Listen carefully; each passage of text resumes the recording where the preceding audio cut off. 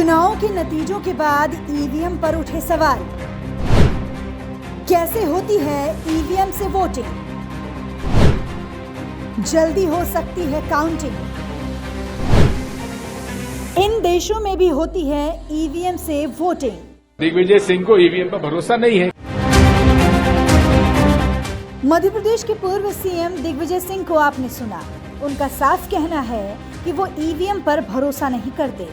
वैसे चुनाव के नतीजों के बाद जो पार्टी जीत हासिल करती है तो उसके बाद ईवीएम पर सवाल उठाए जाते हैं। लेकिन इस बीच क्या कभी किसी ने सोचा है कि ईवीएम काम कैसे करता है? ईवीएम से छेड़खानी हो सकती है? इन्हीं सभी सवालों के जवाब हम आपको देने जा रहे हैं। भारत ही नहीं, कई देशों में ईवीएम का इस्तेमाल किया जाता है। ऐसे में जानना जरूरी हो जाता है कि क्या सच में ईवीएम मशीन हैक हो सकती है? जो दावे किए जाते हैं उसमें कितना दम है? ईवीएम हैकिंग की चर्चा सालों से हो रही है।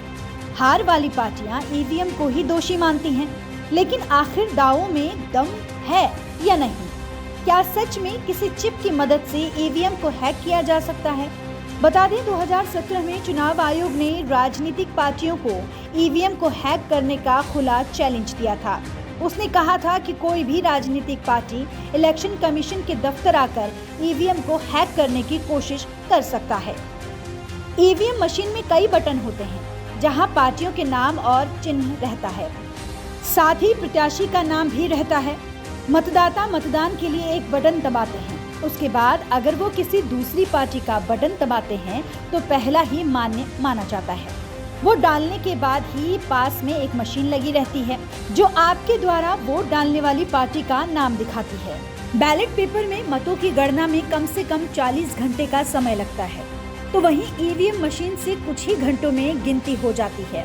बता दें कि भारत के अलावा Brazil, Philippines, Bhutan, Nepal, Namibia, Norway, Canada, Venezuela, Romania और ऑस्ट्रिया जैसे देशों में ईवीएम से ही मतदान किया जाता है।